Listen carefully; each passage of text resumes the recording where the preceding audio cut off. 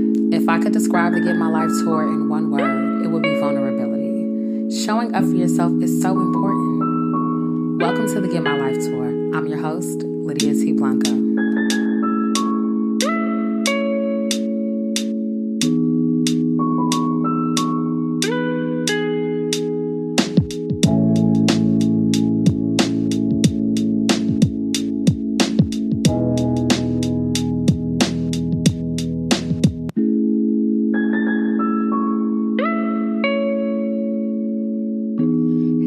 Welcome to the Get My Life tour. It is me, your host, Lydia T. Blanco. And as always, I am excited to have you here on tour with me, the Get My Life tour, of course. And you know what? Shout out to you for showing up for yourself. The Get My Life tour has been an incredible journey thus far. And here we are on the second stop of this season. Let me tell you something. If this is your first time tuning in, I want to welcome you to Get My Life tour. I want to congratulate you for, showing up for yourself, like I've already said, but also committing to your journey in the process of getting through. I always tell people the Get My Life tour is a how through podcast. Yes, you will get the gems, the nuggets, and everything in between that you need to get to where it is that you want to be. But, the only way out is through.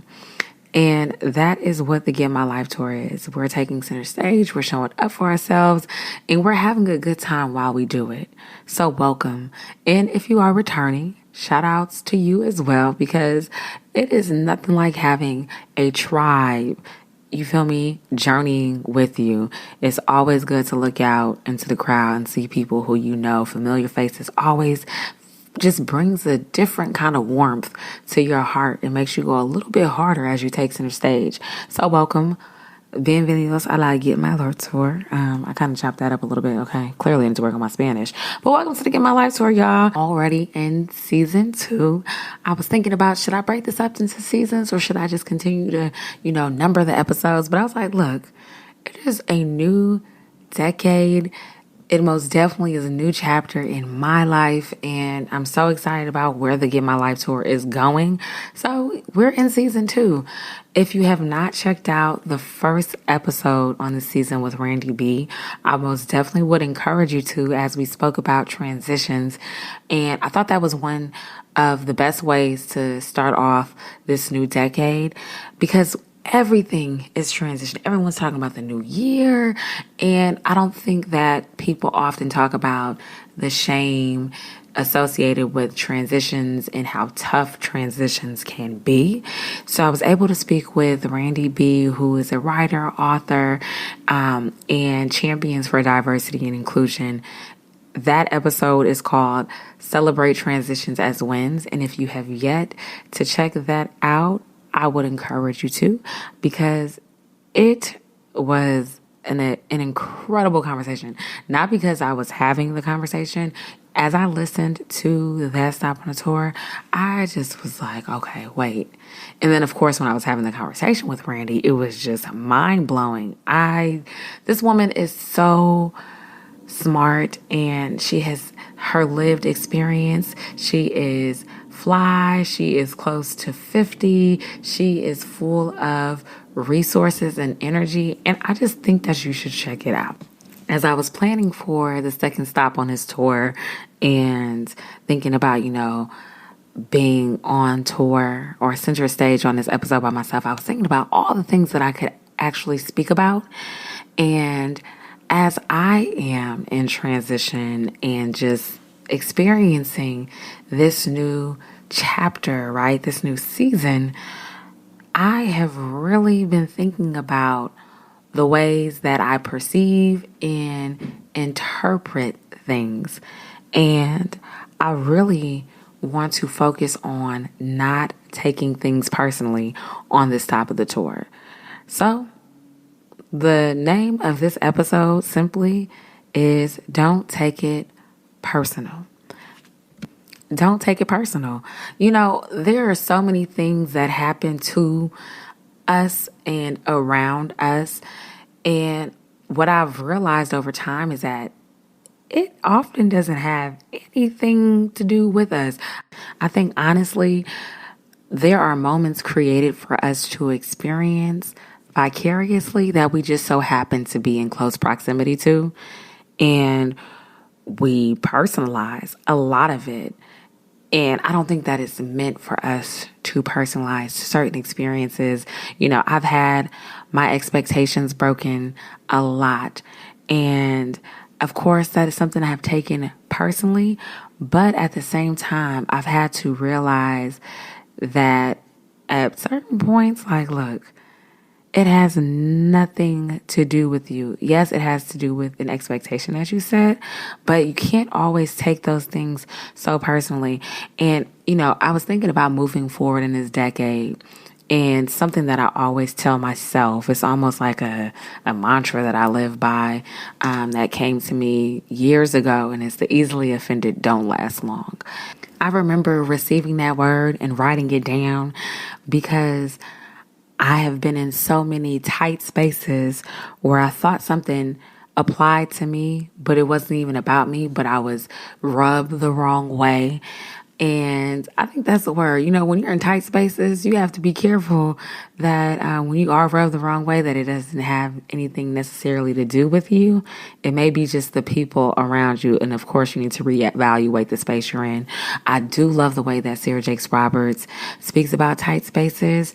And it is a reminder of when you are where you are supposed to be.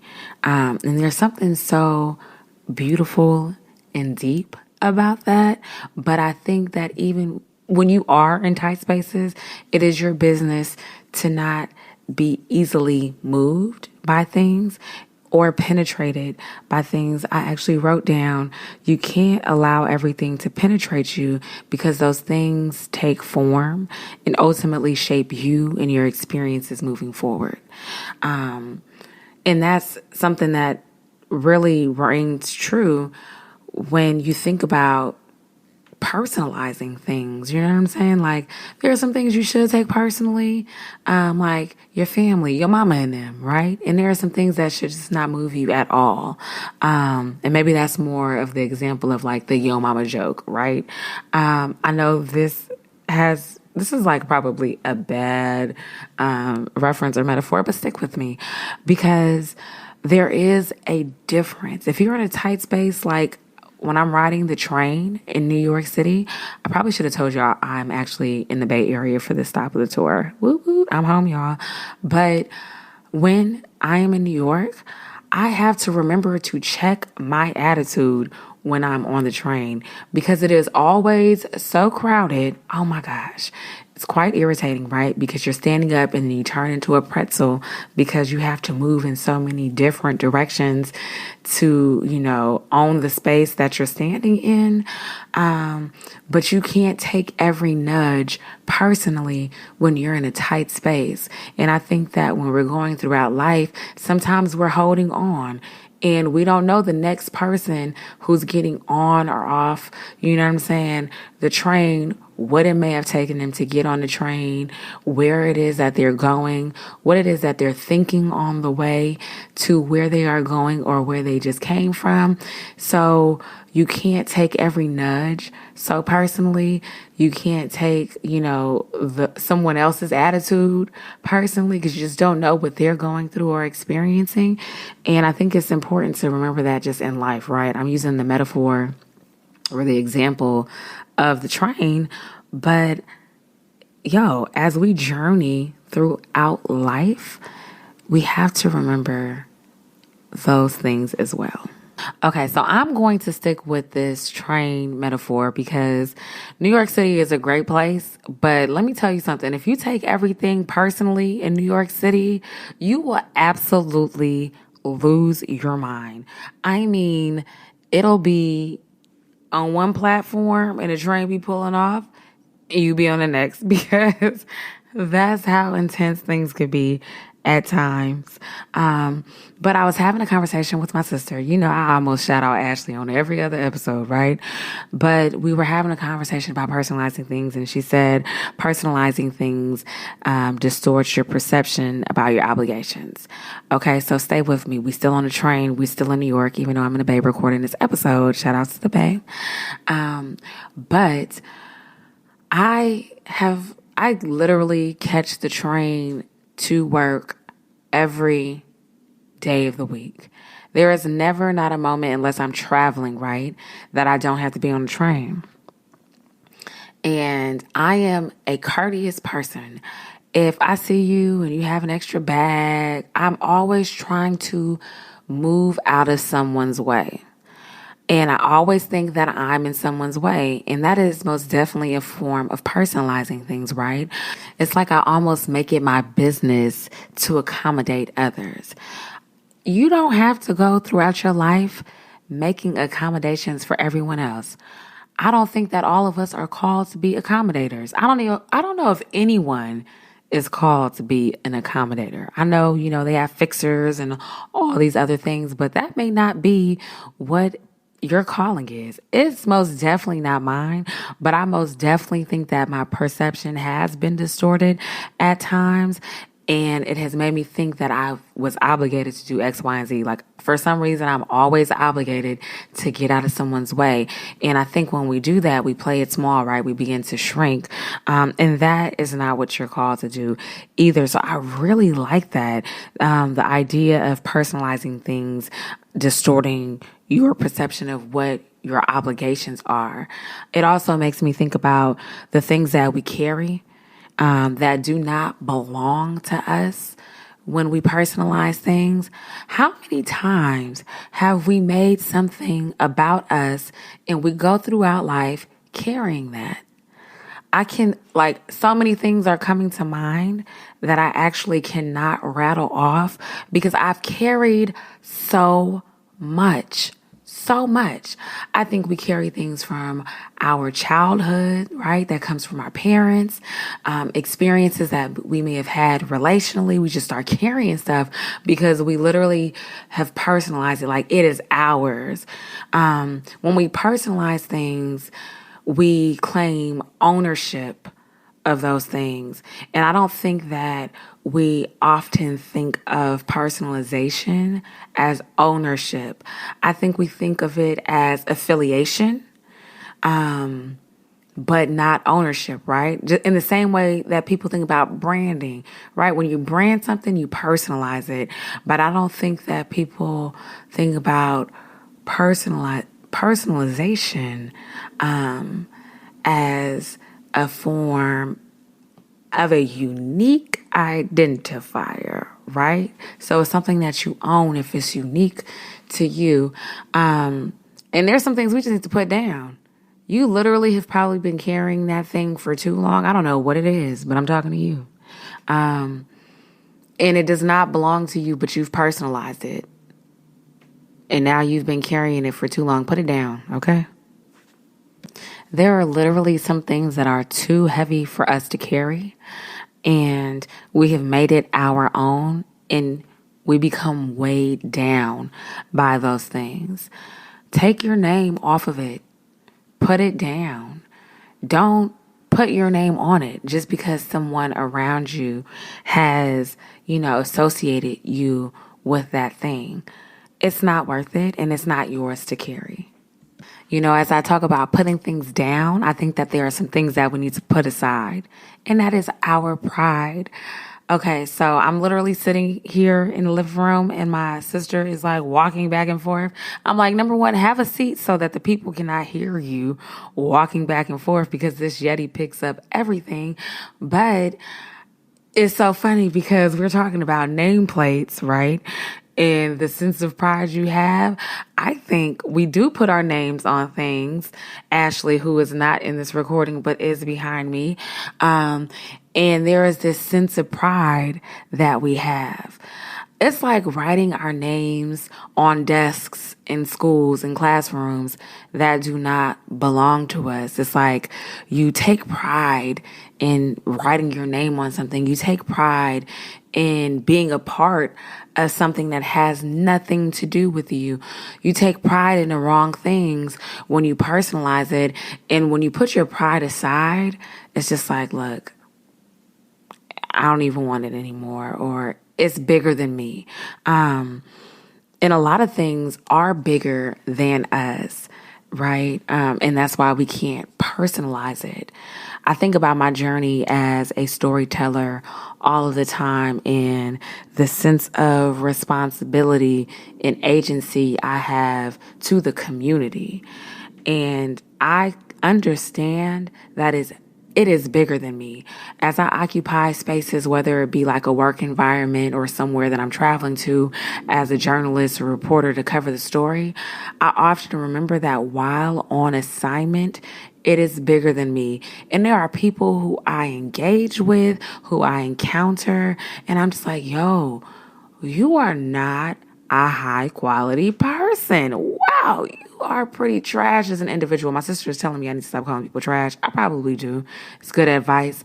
But since I haven't unlearned that behavior yet, I'm just going to go with it for this stop on the tour.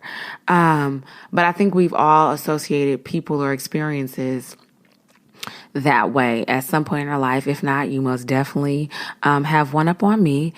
But when you realize that your experience, a moment, life, your calling, or whatever it is that you are doing is bigger than you, then it is hard to personalize that thing, because you understand that it is from a higher power, right? That you are on assignment. I think that is something really important to note, that it's bigger than you. It just really might not be about you. So many things that are around us and that we experience have nothing to do with us. It may just be for a family member, a friend, someone who needed to hear, from you personally, just so that we can fit into those spaces. It's not fair to you. I don't think it's fair to anyone around you. Okay, so, every stop on the tour, we have to have our mic drop moment. And I literally have been curious while speaking about the actual definition of personalize. And the definition, which I should have given you at the beginning, right? But I'm just going to include this in my mic drop moment, is to design or produce something to meet someone's individual needs. Look, do not design or personalize anything to meet someone else's individual needs. If it is not meeting your need, do not personalize it. That is my mic drop moment. If it is not meeting your needs, do not personalize it. That's it. Because we produce so many things for people who take, and take. Right? And if you aren't producing something to meet your personal or individual need, not telling you to be selfish, right? But as you show up for yourself, if you aren't producing anything to meet your needs, then maybe it's time for you to produce differently or stop producing because it's not benefiting you. So look, that is all I have for you on the stop of the tour. Don't take it personal. Do not take it personally. It's bigger than you. It has nothing to do with you. And if you are producing to meet someone else's need and it is unfulfilling to you, your calling, and what it is that you stand for, then it is time to switch it up. Look, I can't express my gratitude enough for you showing up for yourself, for joining me on this stop of the Get My Life tour and taking center stage with me. Look, I want to go backstage with you. I want to continue to build community and do dope things as we are on tour together. So, of course, be sure to connect with me in the Get My Life tour at the Get My Life tour on Instagram, Facebook, on Twitter, Get My Life Tour because the Get My Life Tour was too long. And we actually have a Facebook community. It is the Get My Life Tour Backstage. I would love to meet you there, have a huddle, encourage you before you take center stage and as you show up for yourself. Check out the website, thegetmylifetour.com, where you can access all of the episodes. And of course, be sure to connect with me at Lydia T Blanco on all social platforms. It has been real. Thank you for joining me on this stop of the Get My Life Tour. I look forward to journeying with you. Peace.